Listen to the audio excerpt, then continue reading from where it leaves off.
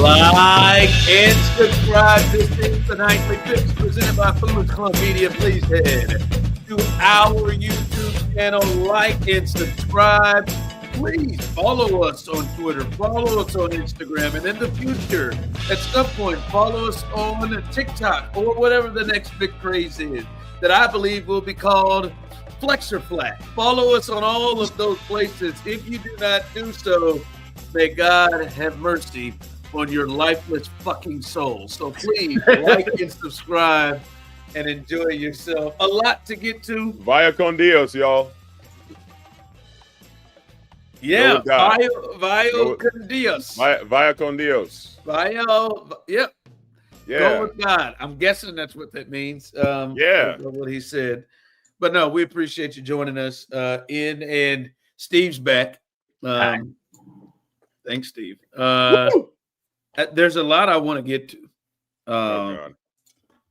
But I do want to start here. Steve, so you appear to be at a crossroads. We're going with the hat now. You don't even feel comfortable. The reason why I know you don't feel comfortable, you're a backwards hat wearer just about every time. You're in between stages. You don't know where to go. You're going forward. I don't know if you're hiding the hair. You just got complimented on showing BK. Shout out to that every single Friday. Yes. Right here on Foolish Club. You got complimented about your hair. And now you're looking like the older character on The Sandlot. The guy when he becomes older and he wears the big long brill. I wear them forward sometimes. I'm not always backwards, but I do think I've always worn backwards on the podcast. But tonight I just felt like doing something different. There wasn't any particular reason for it. Steve, you're not happy with your hair. You're not happy with your hair. That's what it is. You're not happy. The purpose of a hat is to block the sun out of your eyes, and there's no sun to be blocked out of your eyes at the moment. I took a late shower. It was very hot today. I sweated a lot.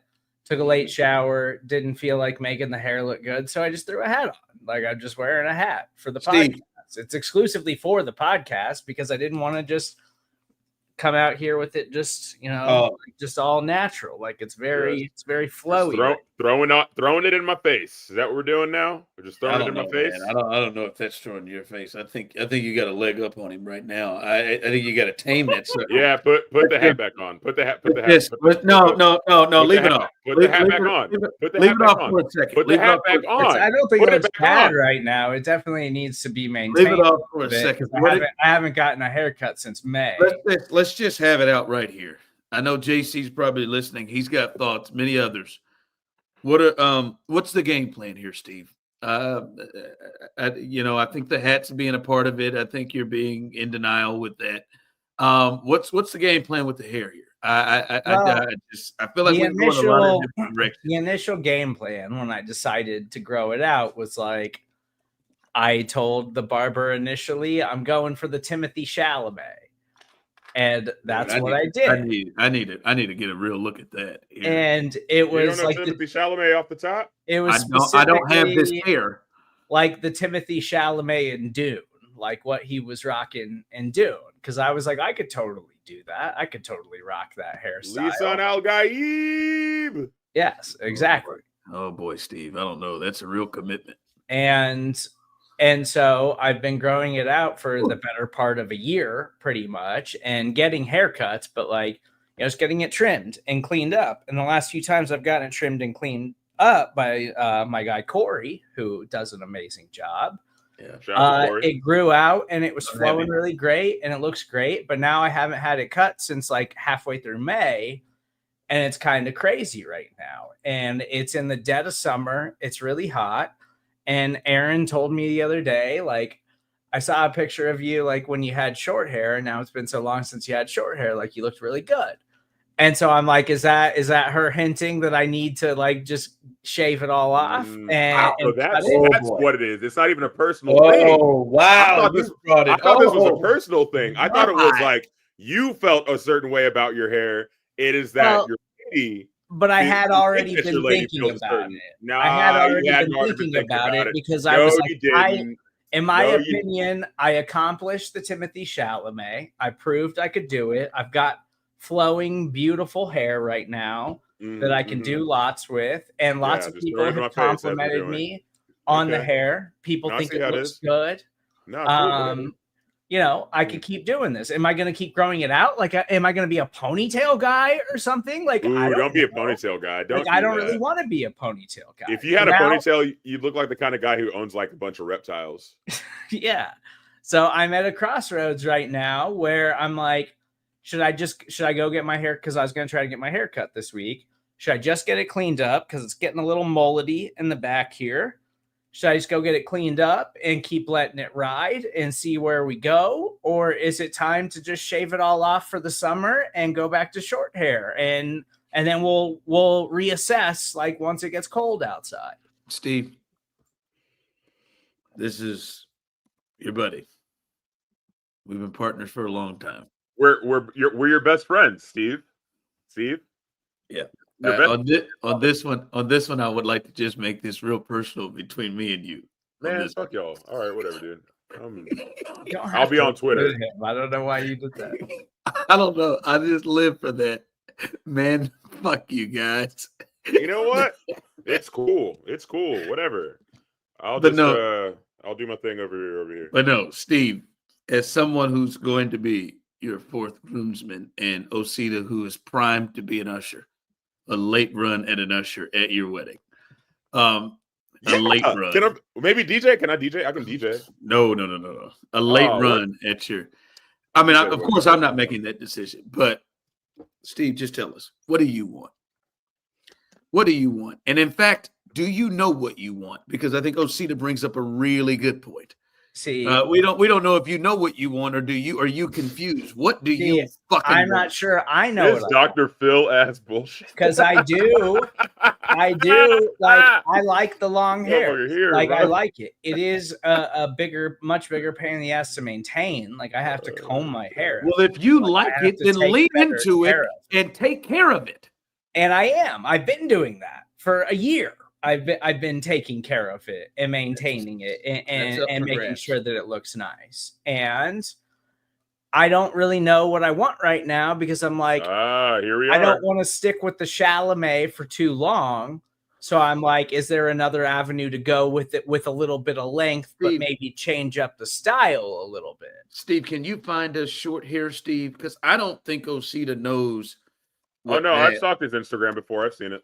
Oh, you stalked it? Okay. All right. Yeah, I tried adding him, but no response. I'm gonna guess that's personal. I'm gonna honestly guess that's not your fault, Steve. I don't ever look at Instagram, and it's just how it is. It's cool. I'll look at it. I'll look at it later. No. It's cool. No big deal. It's been a solid year since. I need a refresher. I need a Steven Serda short-haired refresher. Oh boy. Yeah, there he is. I'm trying to say. There's Steve. There's Steve's tired. Jesus Christ, Steve. You need to get some more pictures under 2020, man. That's ridiculous. I'm not good at taking pictures. It's a problem. I forget. I don't think about it. Like I don't think. Yeah, that's a good. That's a good look for you. That's basically what it was like for forever. I've gone through some different hairstyles over the years, but it was always shorter. This is the first time in my adult life that I was like, what if I just let it flop? What if I just let it grow out and see what happens? Couple of things here. Is this kind of the look that Aaron maybe pushed towards you? This look of like, oh, I forgot what it looks like short. I kind of miss you looking short. Is this? I feel like it had to be because this is like what it was when we like first started seeing. So again, Osita, this is clearly the photo that she has shown him that what she misses. And second thing, boy, keep those panties on, lady, with those dimples. I'm telling you, those dimples will get you in trouble right there. Got Ralph Macchio over here, out here, Karate Kid. Stealing your girl. You'll sweep the leg on your. I like how you have the same. I don't know what that is in the background. I'm not really too sure, but the news clipping. It was It's from when the Chiefs, like when Mahomes and them like won their first AFC championship game and went to the Super Bowl against 49ers, which my roommate like framed that one, and he's got like the Super Bowl one too. And I just needed something in the background in my office, so I put it up behind me. Gotcha. That's it. That's where you settled in on. Well, it's cool because now we have like a good side by side. We have you now and you back then with the same photo in the background. It works out. I have a question. So when you go to the barber, or when people with straighter hair go to the barber, do y'all usually reference other people? Yes, I do, at least, because I don't know. Because I don't. You don't have a photo. Well, because I don't know, because I've always just been my entire life I was like, I don't really care about my hair until like I got older. What? And so I was always like, I need a haircut. I'll just shave my head kind of guy. Yeah. For a long time. Fuck. But okay, my question is, do y'all have like, Ron, shut the fuck up. When I go to the barber, Ron, shut up. I'm not saying Ron, shut up. Okay? Just shut up. Just stop talking. Okay? Stop talking. When I go to the barber, I tell them, or I told them, Ron, shut up, I would like a taper fade. And I would say I would like a taper fade, and then he would get my hair right. Or you say like, I want one on the top or some shit like that, or a Caesar or a South Side or whatever. Like, because this isn't the first time, I'm only asking because it's not the first time I've heard someone going in being like, hey, I want a hairstyle like this person over here. Yeah. No, you know what I'm saying? when I literally had a picture of Timothy Chalamet, I was like, this is what I'm looking for. And I've done that other times. But what I did for years too, after I got past the I'm just going to like shave my head because I don't care stage of life, then I would go somewhere and I would just be like, just do like a 2 or a 3 on the sides and leave a little bit up top for me to do something with. I don't care otherwise. See, when I'm going in, you tell them, you give them a photo of a black Lego man, right? No, you say, yeah, this is a tough conversation for you to realistically be in, because it's not a reality for you. So that's fine. I know when you say things like that, you're just really hurt. I'm so hurt, Ronald. I'm so hurt. I'm so hurt, man. You're a bottom. Have you thought about the new style they're doing where they kind of cut the bottom? And I'm certain you look, can grow hey, hair straight there, up. I went to my barber. I've been going to the same barber since I was 9, right? Never go to a barber that's bald, because they are waiting for your demise. Okay, that's point number 1. Number 2, been going to the same barber since I was 9. I showed him that haircut, and he goes, "Oh, get the fuck out of my shop." Yeah, I'm not doing it. Yeah, yeah. He was like, "I'm not going to do that to you." He goes, "Get the fuck out of my shop if you ain't being serious." I was like, "Yes, sir." If there is something that I really want, I will say the cut, like, fade into a bob or a box bob. But if I need you to look at this is what I really want, I will show you the photo of it. Generally, I go in like, I'm going to get my haircut tomorrow night, and I will say, I hope he clips you. I hope you get a bald spot. B is something special, man. But I just say a mid fade, and lined up, and it'll be straight. Cut it down just a little bit, full beard, bring that stash down a little bit. But see, this is the problem with me too, is I've just spent so much of my life not really caring about it that I don't even know what to ask for. Really. Yeah, that's really fucking weird. Like that you. Well, my mom cut hair when I was growing up, so she cut my hair a lot. No, but and then as I got older, I was just like, I don't care, so I would just like buzz it myself. Yeah, that's weird. Like when you say, "Hey, when I need a haircut, I'll just shave it bald." Like that's. Hey, can you do me a favor, Serda? Can you look up a South Side fade? And I think this is the haircut that you should get. Is this? is this what you just sent? Is this like a Yeah. URL? What is this? Yeah. I tried to send like a URL. Just I'm not technically, I'm not proficient. You are. You're better. You're better than this. Calm down. Okay. I'm just saying you are. Look, the people can't even see what y'all are talking about. Y'all didn't have to bring it up. Y'all didn't have to bring it up. Y'all didn't have to. No, well, I'll be honest with you. Ask someone for this, and I'll be honest with you. I wasn't going to bring it up, but when Steve opened it up, I thought, well, the floodgates are opening. So post a picture of the Southside fade. I think it would look great on you. I have a friend who just got one recently, and he has straight hair, and it looked fucking awesome. I guess. Steve. I don't know. I don't feel like stop. Steve. What? Good Lord, man. Well, Steve, you don't give a shit about your hair. Remember? Yeah, just do it. Do it. It'll grow back. I thought you were saying Ron should get this. Ron had that big ass sister move. Like he probably can't. Like you don't want that. Yeah, that's scar. Yeah, that's true. So. No, but you, Serda, you should definitely. Why would I get this? I have hair. Yeah, but you can. It'll grow back. You can do it for fun because it'll grow back. You'll be fine. You'll be fine. Yeah, it look good. I'm gonna do that. No, don't do that, Steve. Yeah, but you go. It looks fine right now. I didn't need the hat. I was just like, I just put the hat back on. But I gotta see. It's very when it's dry like this and it's not curly. It's just very. I just don't think you're giving your best effort, and that's the part that's disappointing. You're okay. You're okay with just fine, and you're better. Wow. That's a cool. But Osita, we all know how this story is going to come to an end, and it's going to be framed in the way of it's getting hot. I'm going to cut my hair down. Very hot right now. But do you ever go buzz? Do you ever go buzz? Well, when I was younger, I did that all the time, like all the way down. But now, what I did mostly was like a 3 or a 4, so it wasn't like all the way gone. E-Dub spoke. That hair's getting cut down. That was all he needed. That's it. That's all right, man. And hey, you had a good run. I mean, she did like play around a few weeks ago and like put my hair in a ponytail, and she thought it was funny. I don't want to wear it for very long, but I don't want a ponytail. That's not what I was after. Did she? But I don't think she was saying like I needed to get it cut. She was just like, it did look good. She did tell me that like I need to do something with it. She was like, you got to get it cut. Like did she put some blush and eyeshadow on you too, or we all playing dress up? She helps me style it sometimes. Yeah. Just because she went with a ponytail doesn't mean she's put blush on.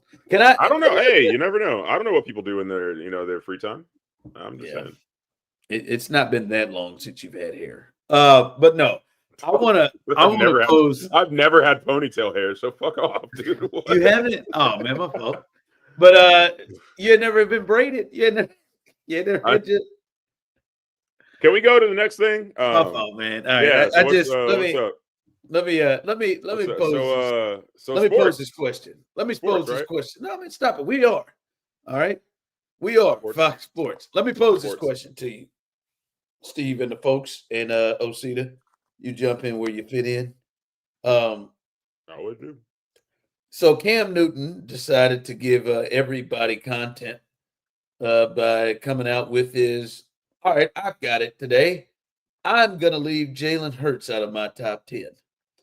And Jalen Hurts is the reigning Super Bowl MVP right now and just got a new ring as the Eagles got their rings.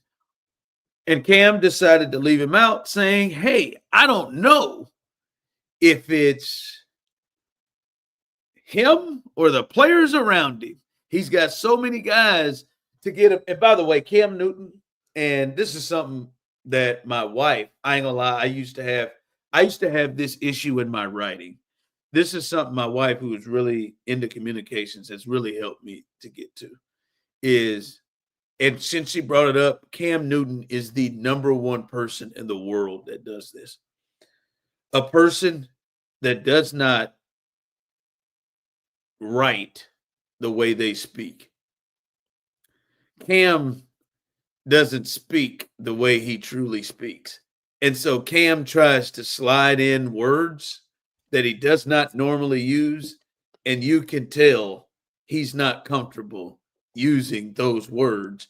And sometimes he just uses them incorrectly, or you can just tell he just adds words in that Cam Newton does not talk to people like that. I think he's made up words before. He's made up words. He's really bad. Jameis Winston is another one who does that, who just adds words in to where you're like, it's a deal. I think it's the reverse of what they're trying to do, right? They're trying to sound more intelligent, but the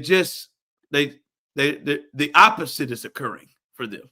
I digress with Cam because in his little monologue he did it, but he said, I digress. Sorry. I have a hard time. He said, I have a hard time grading him because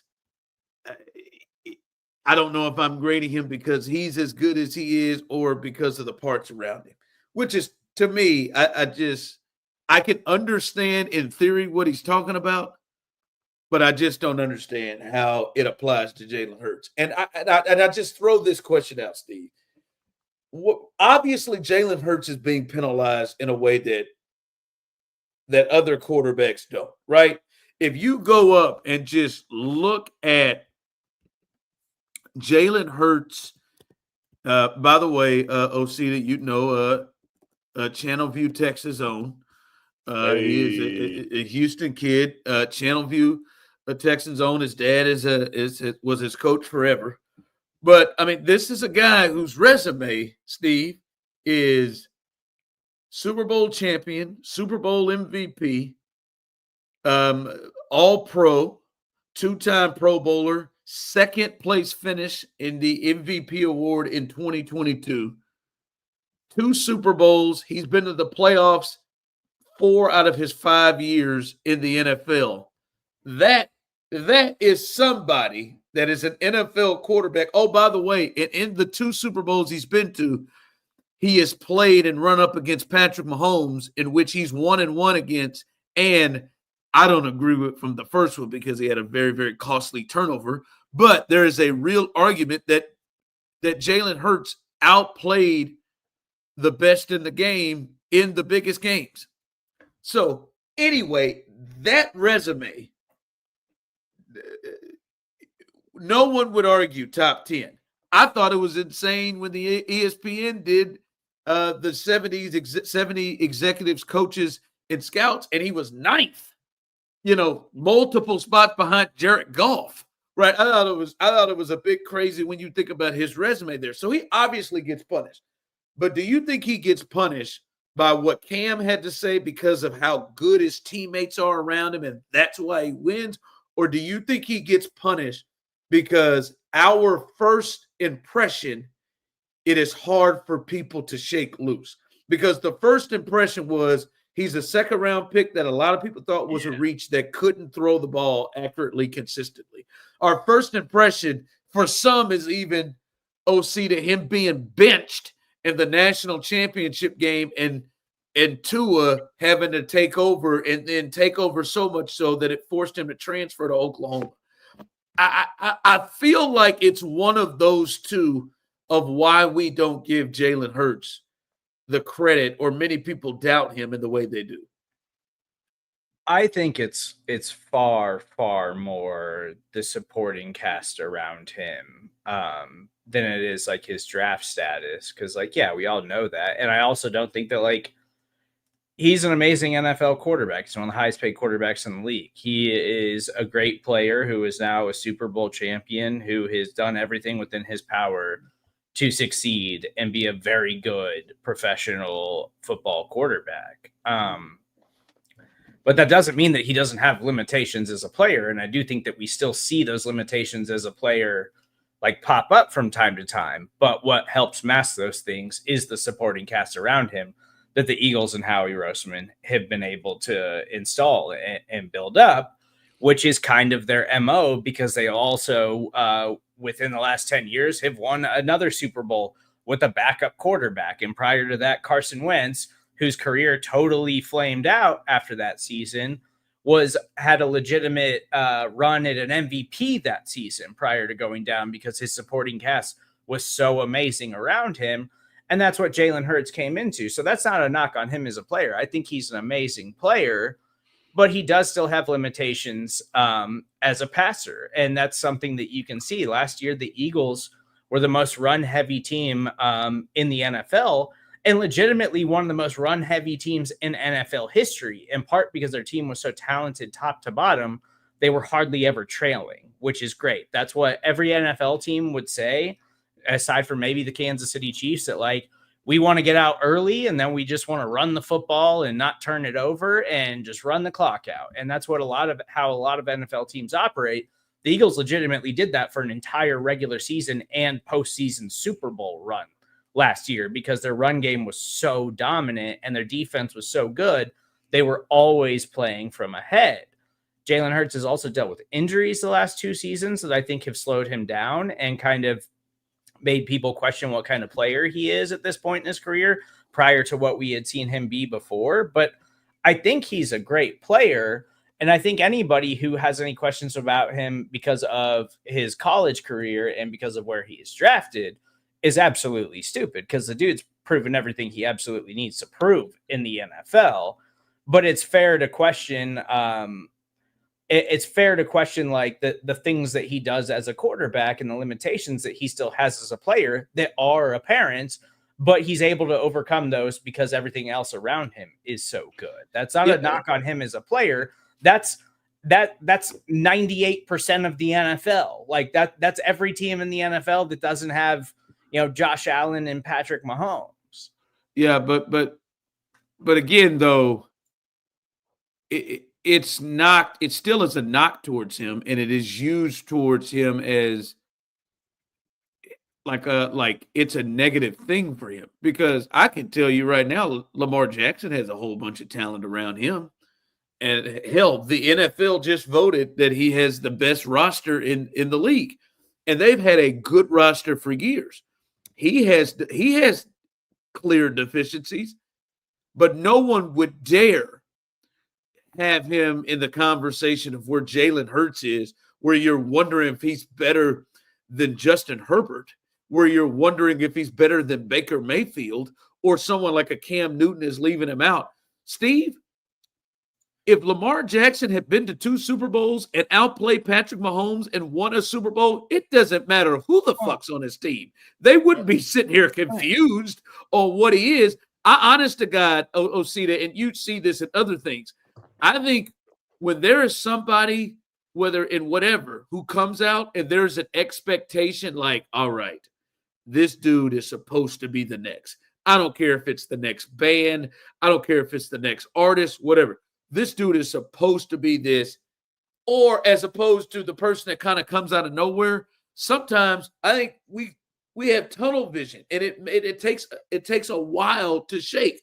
I think for Tom Brady, it took a while. Now we know who Tom is now, but it took a while for people to shake the 6th round pick that ran a 40 slower than anybody we've ever seen. It took some time for that. But if he'd have had his accomplishments, I'm just saying, if Trevor Lawrence would have Jalen Hurts' accomplishments in the first 5 years, I don't care how good the talent would be around him. It wouldn't be questioning if Jalen Hurts is good. It's just like what happened with Mahomes. Mahomes had Tyreek Hill, Travis Kelce, Andy Reid, Steve Spagnuolo. They had Sammy Watkins. They had all of those players around him. When he won and was good, it wasn't like, well, shit, he's got Travis Kelce. No, there was expectation as a top 10 pick and that he had a lot of talent and people could see it. I think people are having a hard time seeing that Jalen Hurts would be a guy who was selected in the 2nd round that couldn't throw the ball accurately to save his life at first, to be a 2-time Super Bowl participant, outplay Patrick Mahomes arguably twice, Super Bowl MVP, Super Bowl champion, and finish 2nd in the MVP race, which he probably would have won, as you alluded to his injury, Steve, had he not got hurt the last 3 or 4 games of the year. I don't know. I just feel like it is hard for people to accept that Jalen Hurts has done this. I have a question. Osita Anusi here, a.k.a. Big O, a.k.a. Big Daddy. First time caller, long time listener. Big Daddy. What? Yeah. Hey, I'm 6'4", 256 pounds. You know, it is what it is. I'm a big guy. Big boy. Yeah, big boy. Anyway, I love you at this 256. Yeah, like, I was like, that was bullshit. Anyway, not 55. Anyway. Okay, so I hear what you guys are saying about, you know, him having such a good supporting cast. Since when is that looked at as a bad thing in the realm of like a quarterback? Like, isn't football a team sport? Isn't it all about like who you have surrounding you? Like, but we pick and choose who we but my thing is, like, if you have a great quarterback, like fucking amazing quarterback, if he has a shitty wide receiver that can't catch, he's going to be a guy who's throwing deep to nobody. You know what I'm saying? But the quarterback, so that's why it's frustrating in the NFL, because the quarterback conversations are different than any other position because it's the most important position. Yeah. So like the quarterback conversation is stupid because everybody's like, when his wide receivers are terrible, everybody's like, well, the quarterback is supposed to elevate those players. So it's like, okay, but maybe they're just garbage and they can't catch. I can't make somebody catch shit, dog. Like, I can't like, well, the quarterback's supposed to elevate inferior players. And a lot of times it is unfair. Like the standards that we hold quarterbacks to is absurd. And so like everybody has to be like, to be the best quarterback in football, you have to be like, oh, this is like a generational guy. We've never seen an arm like this in the NFL before. And it's stupid. There's a lot of guys that are great quarterbacks that just can't do some of the things that only like 3 people in the world can do. But that's my thing is, Osita, we pick and choose who that is attached to and who it isn't. As I said, man, I'm a Chiefs fan. And I think Patrick Mahomes is the GOAT in waiting. But Patrick Mahomes walked into a situation where he has had this for the entirety of his career, what I believe the best offensive mind that we have seen in the NFL since Bill Walsh in the 80s. Andy Reid is the absolute best offensive coach in football. There are so many quarterbacks right now that had they gotten Andy Reid, they would be something else, right? And not just the Josh Allens or the good ones. There are some middle of the road guys that we like. Trevor Lawrence, who no one looks at right now. Had Trevor gone to Andy Reid, Trevor Lawrence would be a much better quarterback. He's had a great staff. He came in with Tyreek Hill, who has been the most unique deep threat since Randy Moss. He's got the best tight end in the history of the sport. Yes, the best tight end in the history of the sport, his entirety of his career in Travis Kelce, right? They've usually had pretty decent lines. And now here of late, he's had a great defense here as well. But nobody really looks at Pat and says, and penalize him for that. Now, he's also unique. He has worked through some injuries. In the last couple of years, he hasn't had as much talent. But right off the bat, his first 4 years, Serda, he had immense talent. Right? Like he had great talent. Right? Nobody does it. Joe Burrow has amazing talent around him. Yeah. Nobody looks at Joe Burrow and says, you know what, man? But it's because he's got Jamar Chase and T. Higgins, and he had Joe Mixon for years. That's why he's good. But we pick and choose who we do this to. Yeah. And but like and all of that is fair. Like, but it's also like the Eagles and Howie Roseman, their general manager, is one of the best talent evaluators in football. And over the last several years, the Eagles have always had this advantage over a lot of teams in the NFL because they just find a way to constantly add talent and continue to be competitive. So much so that they disregarded their last quarterback, who was a first-round top, like number 2 overall pick or something like that, in favor of Jalen Hurts. Yeah, who was he also fell apart. He also he did fall apart. And then they just immediately, like within a few seasons, were back in another Super Bowl. And then they lost that Super Bowl and they had a down year. And then they found themselves back in another Super Bowl. And this time they won the Super Bowl again. Like, it is a massive advantage, but also like Jalen Hurts is a product of circumstance, like more than other guys are, because he just came into this organization that's this well-oiled machine. And I'm not discounting Jalen Hurts because he is a special player, but like the Bengals are a disaster right now. They're going to be fun offensively. Their defense is going to be terrible, and I don't think the Bengals are going to be a legitimate contender again this season. Like Trevor Lawrence. I think if Trevor Lawrence was in Philadelphia, I think we would be talking about Trevor Lawrence in a very different way if he had gotten drafted by the Eagles, because his circumstances have been so bad. We shouldn't discount Jalen Hurts as a player just because the rest of the NFL discounted him enough to make him a second-round draft pick, and then he found himself in one of the best circumstances in all of the NFL. But that's cool. But Jalen is the one who is being graded differently, right? Like Lamar Jackson got great circumstances. Patrick Mahomes fell into great circumstances. And I mean, but we do it with Lamar too. People discount what Lamar does, and Lamar's a multiple-time MVP. Yeah, but he has only gotten better as a passer every season that he's been in the NFL. But not to this level anymore. And hopefully this happens for Jalen Hurts. But I'm just saying, I can't come up with the scenario, Osita, of a player has been a starting quarterback for 4 years. And in the 4 years he's been to a starting quarterback, he's been to the playoffs every year. He's won double-digit games every year, except for his first one. He's been to 2 Super Bowls. He is arguably outplayed the game's best player in those Super Bowls, when all of the other great quarterbacks that we talk about can't beat this guy. Josh Allen, 0 for 4, 0 for 5 in the playoffs. Can't beat him. Burrows beat him once. Lamar can't beat him. He's gone and outplayed him, arguably twice in Super Bowls. He's a Super Bowl champion and the Super Bowl MVP. They went into the Super Bowl. The Chiefs said, we're going to stop Saquon Barkley. And then Jalen proceeded to kick their ass up and down the field with his arms and his legs. The part that gets me is when you do this to Jalen and players like this, you act like it's just the talent around him is not also reaping the benefits of having Jalen Hurts on the field, right? Like you talk about the running game. You don't think Saquon Barkley is not helped by the threat of Jalen Hurts and his ability to run the football? You don't think there's not a major threat by Jalen Hurts and his ability in short yardage that changes the way defenses play?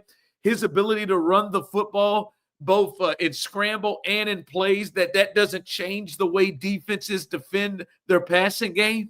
He's got great players around him, but when you do this and you have a guy that has the resume he has, it's almost as if you say, well, that guy's not really doing anything to help these guys. They're just helping him. He's just benefiting from AJ. He's just benefiting from Devontae Smith.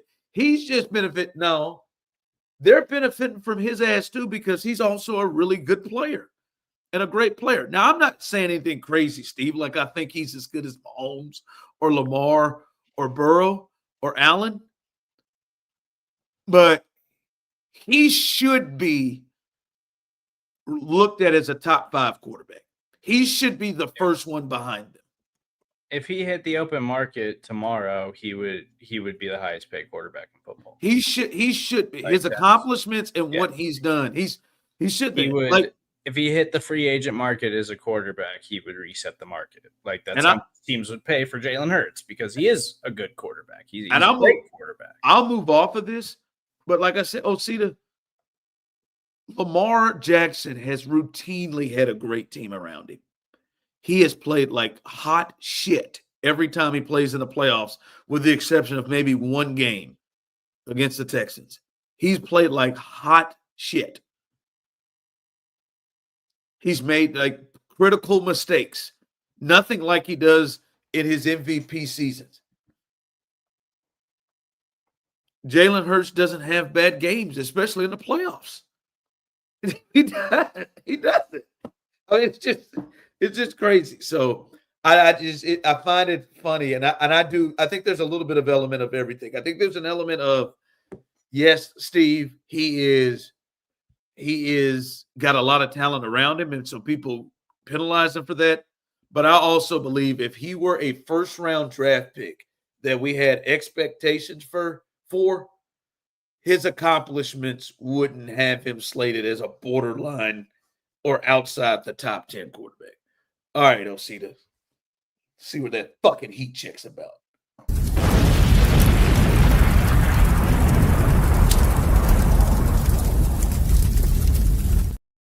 All right, guys. Well, for today's heat check, presented by Big O, presented by Nightly Fix, presented by Foolish Club Media, make sure you like and subscribe. You might have seen me dancing for a second to what you can assume is no music, but I've had some music stuck in my head. As your connection to the musical pulse of the non-sports world, I like to keep you updated on the new, the now, and the happening. I keep my ear to the streets so that you don't have to. And right now, the streets are preaching, they're hooting and hollering about a rising genre called Y&B. Now, before I show it to you, Y&B is a chaotic genre bend of like where young black men, also known as YNs, are mixing the raw and unfiltered energy of trap music and drill with all the thematic imagery, gunplay, drugs, street survival, with smooth and soulful vibes of old school 90s R&B. Now, let me show you the first one. Looking out across the nighttime, I seen a nigga by her side. Really came out of nowhere.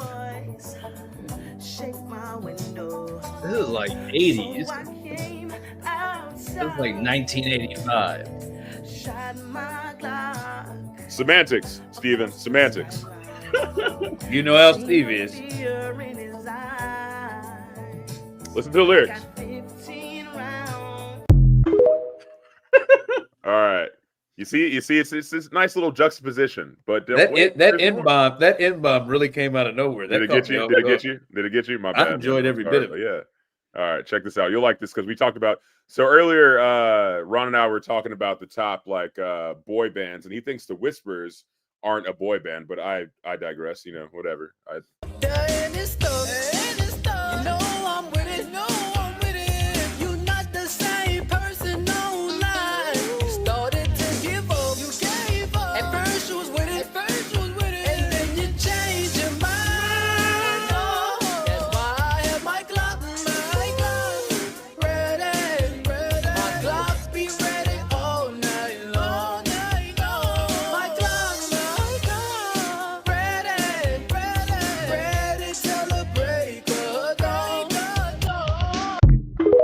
Had his Glock ready. He got his Glock ready. Got his Glock ready. That's the last one. Go ahead and watch it. It's fine.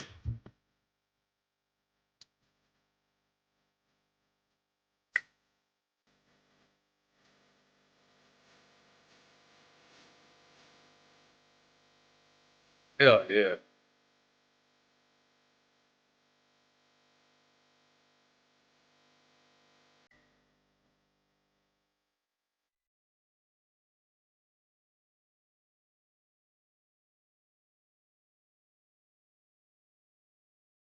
So y'all get the point. It's the contrast that really hits. It's like the hard bars over these nostalgic, buttery melodies that we all grew up on. It's familiar yet gritty. It's chaos and comfort all in one track. Now, most of these songs don't last longer than a verse and a chorus because, let's be real, Gen Z's attention span is fighting for its life at this point. And sometimes but that's all you need. You know, a 30-second vibe that hits just right. Honestly, I'm just happy that the guys who were forced into being in church choir finally have a way to use those vocals. I feel like Nate Dogg and Houston Zone Zero walked so these new cats could run. It's a beautiful thing. You said these church cats, these cats are forced into church. You know they're forced into church choirs. Yeah, but look. Every hood's got that one motherfucker that can sing, that their parents know they could sing, or their grandma knows they could sing, and they're just like, boy, you better sing in church. You better sing in church. And they're just like sitting up there just like, Here we are to worship. Here I am. They look mad the entire time. That boy said Nate Dogg. Who else is in this category? Oh, Zero for sure. Zero's he does nothing but sing over Sade about fucking hood shit. That's all he does.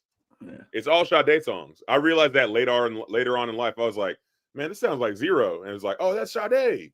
This motherfucker here. Yeah. I like it. What do you know? Right? It's fun. I'm into it. It's fun. I want it, but I think more of the shock value if they go really harder.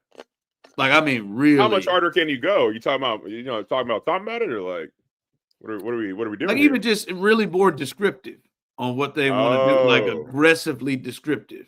Yeah. Like the Wu-Tang what's the interlude?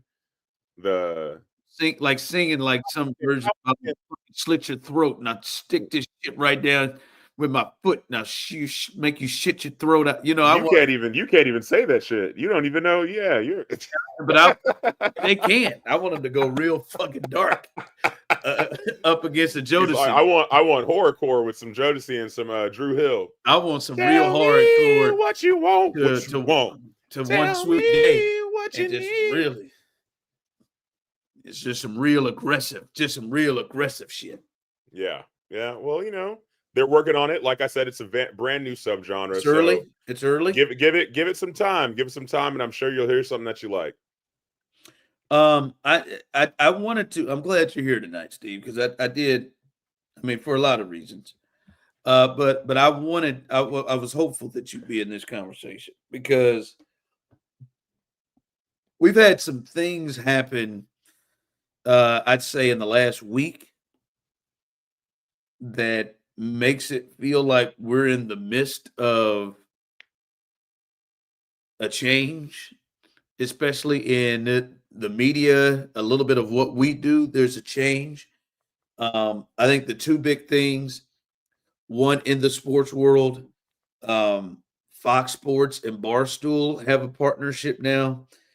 And what's his name? Dave Portnoy. Yeah. He's a guy over, and I don't mean to say that like I didn't know who he was, but he's the guy over Barstool. Has been there for a minute. Has done a lot of stuff.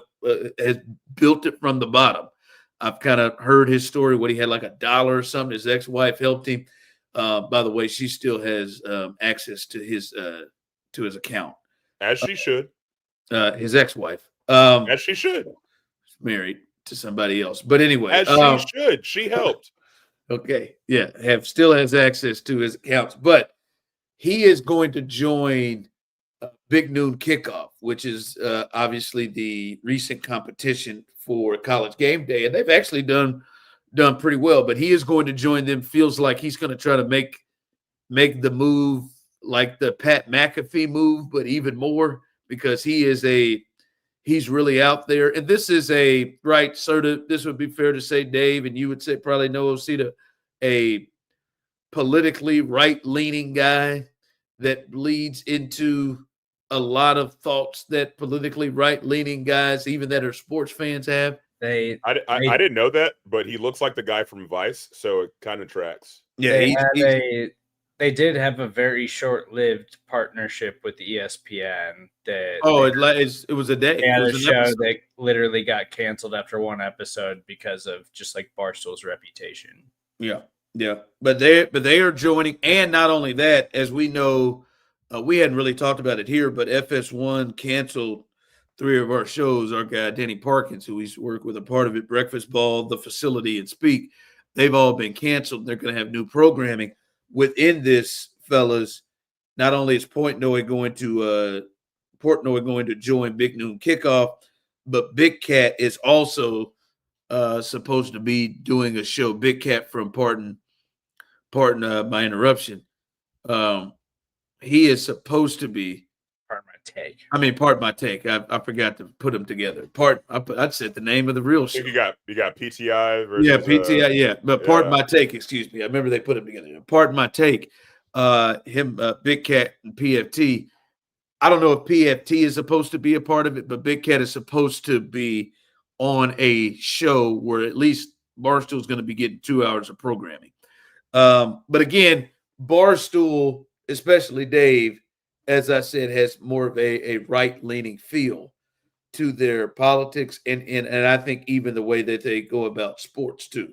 If you hear their takes and their opinions on like the WNBA or Caitlin Clark and Angel Reese and all these other things.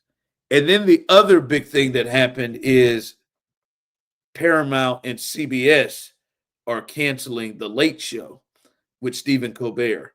That is in May going to be canceled. And a lot of people believe it is not a coincidence that the show got canceled 48 hours after Stephen Colbert in his monologue really came after his parent company, Paramount, for basically caving into President Trump and giving Donald Trump $16 million on that lawsuit with 60 Minutes. And he made it very, very, very clear where he felt. I think the big line was basically accusing Paramount of paying a big bribe. And 48 hours after that monologue, it was he announced that he was getting canceled, and they're canceling the entire Late Show. They did this. James Corden had a show.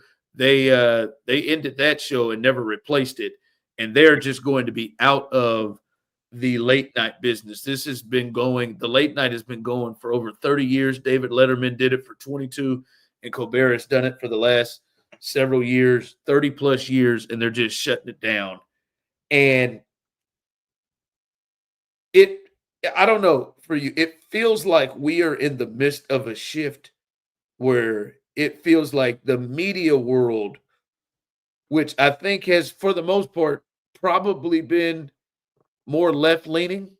I mean, there's been Fox Sports. There's been Fox News, and they have, really held on to that spot and leaned that way. But really outside of that, I would say it's probably center left. It feels like we may be in the midst of going center right. If people are like, there's not a time where Dave Portnoy being a part of your show, that's not something you're comfortable with. Barstool coming in and their thoughts, and then Stephen Colbert could just get shot through because of, honestly, I think a lot. I know people have talked about the money. It was the number one late night show in television. Now, they were all losing money, but it was the number one show. And, Kimmel and Fallon, they all did small things to lead up, right? They took out Seth Meyers' band before they cut the show. They moved Jimmy Kimmel, and he's not doing summers, which they don't pay for as much. And Fallon's going down to 4 days a week. They just absolutely just cut it, slashed it. It does. It feels like we're in a place where this thing is moving. So this stuff has been coming for a long time, though. You mean the move, or you mean the I mean like the general state of media. Like, I don't know if you guys ever watched Succession, but if you watch Succession, Succession does a pretty good job of like illustrating like how this stuff is decided and like what goes behind all of this stuff. And a lot of it doesn't have anything to do with like logic. Sometimes it's just like what's best for the people at the top. And a lot of times it doesn't have a lot of thought put into it outside of that. But like specifically CBS, like CBS has a very specific audience. They cater to that audience, the audience that is really into shows like Yellowstone and things like that that are like catered, that are specifically a massive like network deal that they have with a writer named Taylor Sheridan, who makes all of those shows that are all interconnected, that are all about the exact same kind of people that all of those things appeal to that type of demographic. But Paramount's been caught up in stuff before. Like Nathan Fielder went after them on this season of The Rehearsal, which is on HBO Max, because Nathan Fielder's show, Nathan For You, had an episode that was censored on Paramount Plus because that show was on Comedy Central and he no longer works there. So he went after them this season. Like, they've been caught up in this stuff before, but like the general state of media has been moving this way for several years now. And it's not just the fact that like Trump is back in office. That's certainly making things worse and speeding up the process, in my opinion. But this has been happening for years now because we privatized media. We privatized journalism as a society. When journalism moved online because print newspapers were dying, they moved to a business model that needed advertising. They moved to a business model that had to make money to keep going. And so we've seen more and more people losing their jobs. And now tons of online places are just choosing to write garbage AI over hiring qualified people and intelligent people to like do legwork and actually put time and effort and thought into like great artistic pieces of writing and like literature and investigative journalism and things like that. And so we've been moving this way for a long time now, which sucks. ESPN has been doing this for the last several years, like silencing during the first Trump administration when there was people who were speaking out about things and there was people that were trying to use their platform to voice their opinions. ESPN basically just got rid of every single one of them and said, here's a bunch of money, Pat McAfee. We're just going to put you on everything. Stephen A. Smith, we'll just put you on everything. We'll just pay you a shitload of money and we'll put you on every show. And we'll center everything around a handful of people instead of having a bunch of different people to have to try to manage and navigate. And ESPN willingly got into bed with UFC, knowing all of the problematic like stuff that comes with that and the political implications that comes with all of those things. Like all of these media corporations are making a business decision, and that's the way that we've been heading for a long time because now Amazon owns the Washington newspaper, Washington Post, or whatever it is. Fox News owns the Wall Street Journal. Like all of these major news publications are now owned by these major media conglomerates. And so everything that we are fed from these places is doctored and catered in some way and made specifically to influence a particular perception about society. Like all of that stuff is upsetting and frustrating, but we have been moving this way a long time, and it's more on people to do legwork and read and try to find things. As easily accessible. I get what I get your opinion upon that part, but I'm trying to. Somewhere it has come to a space where it seems like you're getting more of those minded people, to support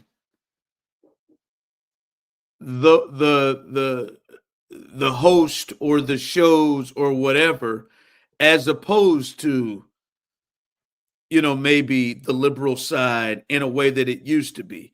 Like right now on TV or on podcasts or on whatever you put, Dave Portnoy can pull a bigger audience and more people are willing to sit down and go and not just support him, but support him by watching his product than Jon Stewart. That's where we are.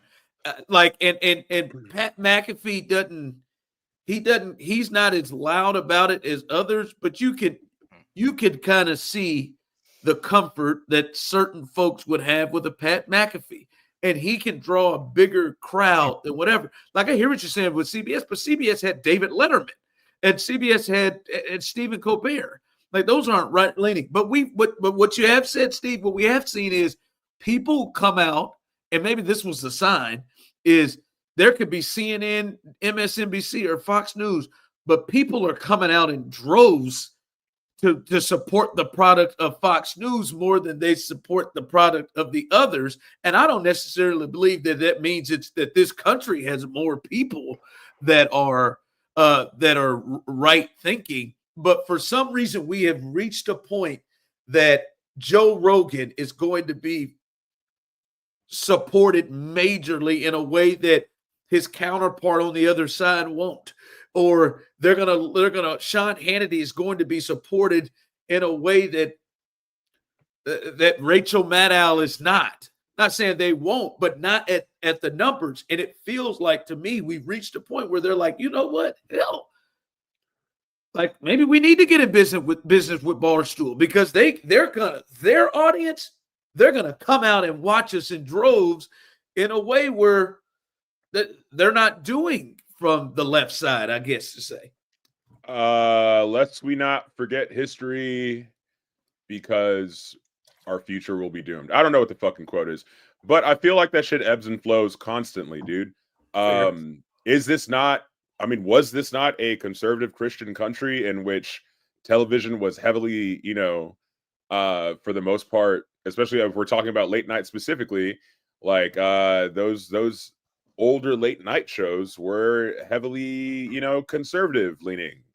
I've seen interviews with Dick Cavett where he is an asshole to every black person that's on there. I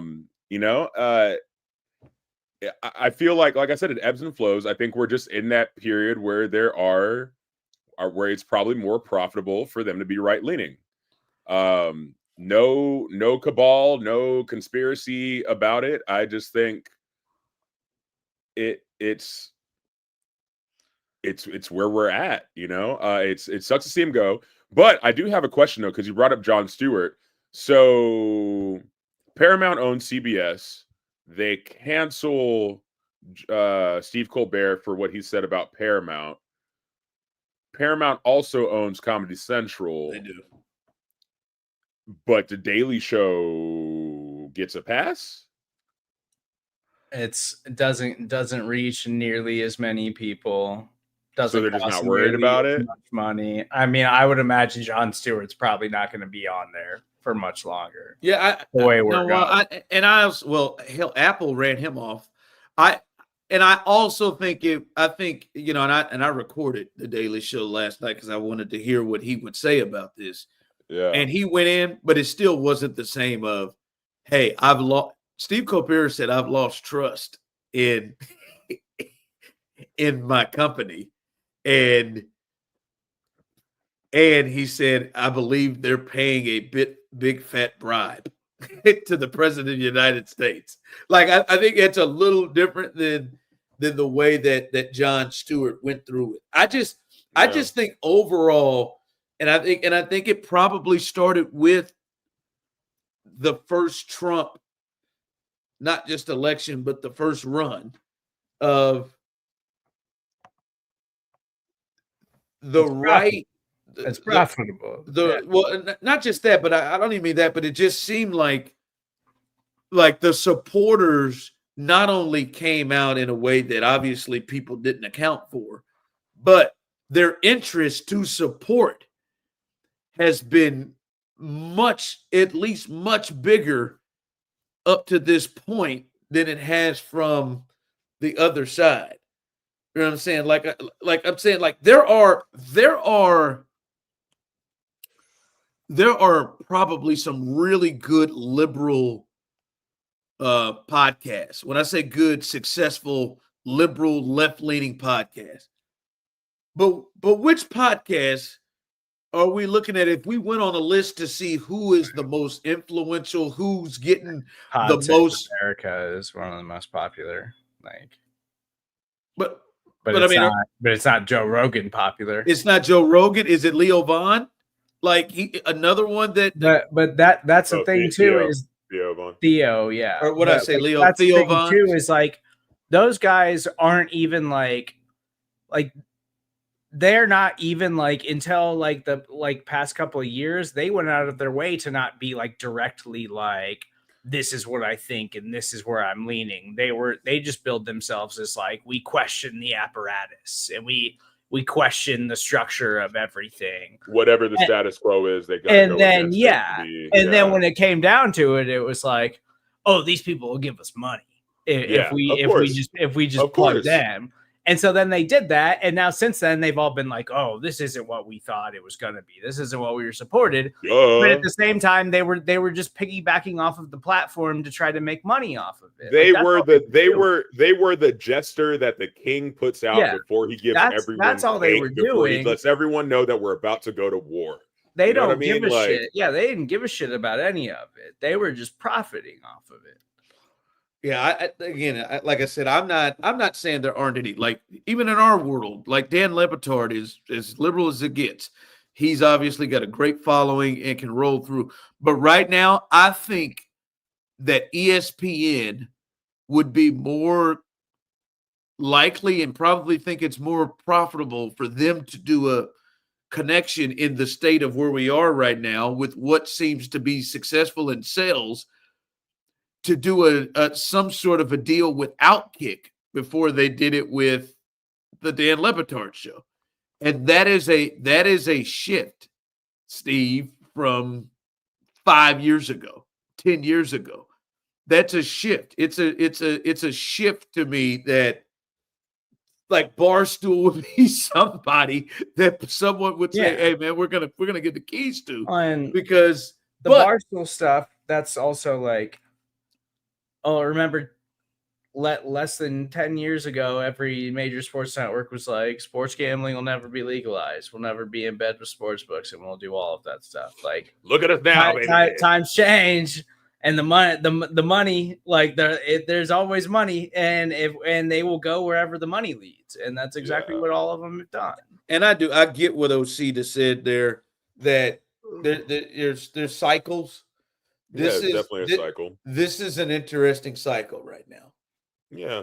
And like, the thing it's is, interesting to see it turning again. Luckily, we are, and if right-leaning media is not your thing, luckily we are in the age of where anybody, can put out content that reflects what their heart's desire, reflects where their head's at.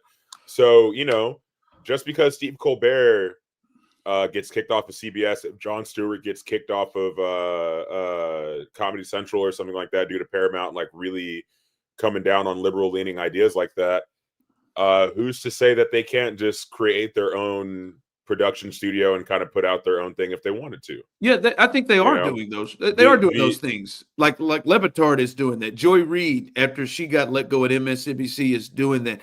I think they're doing that. My thing is, and especially going off what you said, Osita, that we are in a shift and that we are in a, maybe this is the cycle. What is it? What's going to take? Because I think literally it comes down to this.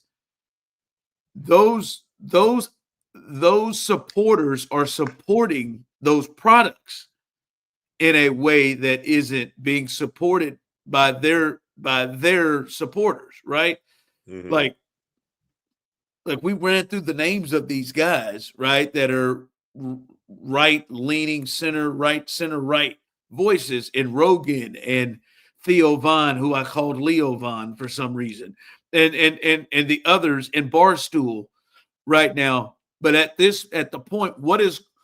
What is it going to take for what's going to be the shift for because I know their supporters are out there. Hell, we watched how many people voted for Obama. We know the supporters are out there, and we watched how many people were into those shows and they have followers. What's it going to take for the Dan Le Batard show to be as big numbers wise, or the Dan Le Batard platform to be as big as Barstool? What's it going to take for if Colbert left right now and started his deal, it's not going to be as big as Hannity or anybody else. See, I always wish that I studied history when I was in college, because I feel like if I had a really, really good grasp of history, I could predict the future. You know what I mean? Like, straight up, like if I knew exactly, like if I knew the stage, I've been thinking about this with music a lot lately, right? So like if I knew the stages of music after certain things happened in the past, I feel like I would know the stages of music as they're going to land in the future, and I would be able to create something that was good, that would hit at the right time, right? So like this media thing, I think if we look at history and kind of look at the things that caused media to become more left-leaning in the first place. So it was probably war. It was probably a recession. There's probably something that happened. Yeah, the Bush years. Something. Yeah, exactly. Something that happened that made everyone just be like, all right, well, this whole thing that we got to be more open, or like more compassionate, or more this, more that, more liberal with our ideas, and kind of push that narrative forward rather than this like more conservative narrative. If we look at the past, I feel like we could find where that apex point is. And that would probably be the thing that would push what you're talking about forward again. That's just my thought on the. I could be wrong. Who the fuck knows, man? I don't really know what the fuck I'm talking about anyway, do I? No, listen. I love how you ended that with a question. I just think we have arrived in a completely different space. Yeah. That of what is popular, right? Like it's like wow, like right now for in our industry, for a place like places that do national sports right now, you probably feel more comfortable that you are likely to have more people watch your product if they were to look at, like, for instance, a big story right now in sports, the WNBA players demanding to get paid what they owe. If you are more likely to keep more set TV sets on if your take is the take of the WNBA is hemorrhaging money, they're losing money, and I fucking hate that take right now. These women should be lucky that they are getting paid anything. I think so much, dude. Because there's this one dude I follow on, like, I thought it was funny at first, like his name's Brick Center on Instagram, and I thought it was funny at first. He would post like Angel Reese, missing a shot or passing the ball to someone who wasn't there, but he would also do the same with men's sports, right? And now that like they did that, they kind of had that display of like camaraderie between them at the All-Star game. He's just been like, oh, well, if they want to get paid what they're owed, then technically they need to pay what they owe. You know what I mean? Like, technically, do they want to play for free? I'm just like, dude, this is fucking, that shit, it bothers the fuck out of me, bro. Because it's like, look, at first I don't like feeling like I got tricked into liking something, like liking or supporting some shit like that. Because I feel like at first I had an idea of like, oh, this is going to be hilarious. But like, now it's just gotten to this point where it's just like definitely sexist, like hardcore sexist, yeah, and just like rude. You know what I'm saying? Like, you don't play ball. Any of these girls could dunk on you, or fucking they could get you on the fucking court. You know what I mean? And you're just behind fucking. Anyway, I don't know if any of them can dunk on you, but hey, Brittany could dunk. Brittany could dunk. If you could bring Brittany could dunk. She's from H-Town. She could dunk. I didn't even mean for it to get into that. But I'm just simply saying that argument is more likely right now, the way that things are. That argument is more likely to have people have you on TV sets, to keep their TV sets on, as opposed to the argument of, well, it's crazy to think that Caitlin Clark should be making $76,000 a year. She deserves more money than that, right? Like, that is, by the way, that is her actual salary. But like, how much? The thing about the league money too is like, that's always like, that's not public information. That's what they tell us. So when they're like, oh, it's losing money, and they're lucky that we're even like staying afloat. The NFL did this for years. The NBA did this for years. Like, they're just saying that. They're just saying that because they don't want to give them more money. Like, they don't want to give them more of the profits. Yeah, right now it's safer to have Shane Gillis tell jokes than Stephen Colbert. More eyeballs will stay. And that's where it seems like we are right now. And it is an interesting shift. It's an interesting shift. By the way, I saw your girl Caitlin today. Baby she girl. Came to play. She didn't play. Oh. She has some oversized ass pants on, man. I good for her. I like that. Care for it.